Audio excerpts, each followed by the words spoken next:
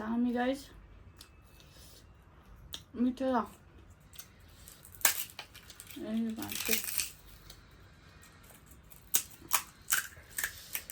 आजकल खोर्सानी कति पिरो पिरो आउँछ बजारमा पहिला पहिला खासै पिरो आउँदैन थियो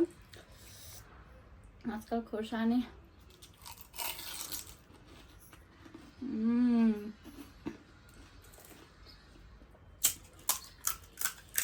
मिठो छ गाइस एकदमै मिठो छ तपाईहरु पनि ट्राई गर्न सक्नुहुन्छ अब नेक्स्ट टाइम चाहिँ म एकदमै नयाँ खालको लिएर आउने सोच गरिरहेको छु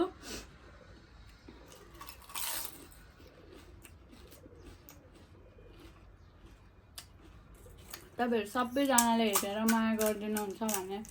एकदमै ठुलो आश गरेको छु नयाँ नयाँ युट्युब च्यानल हो गाइस सबैजना मिलेर ग्रो गर्नुपर्छ है मलाई यो चटपटी हालेर खानको चाहिँ एकदमै मिठो लाग्यो गाइस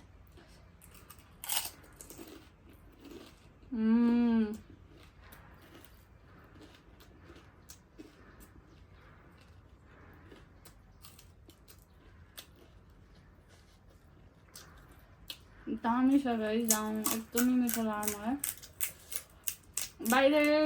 यो चाहिँ सब मैले नै घरमा प्रिपेयर गरेको हो बाहिरबाट किनेर ल्याएको केही पनि छैन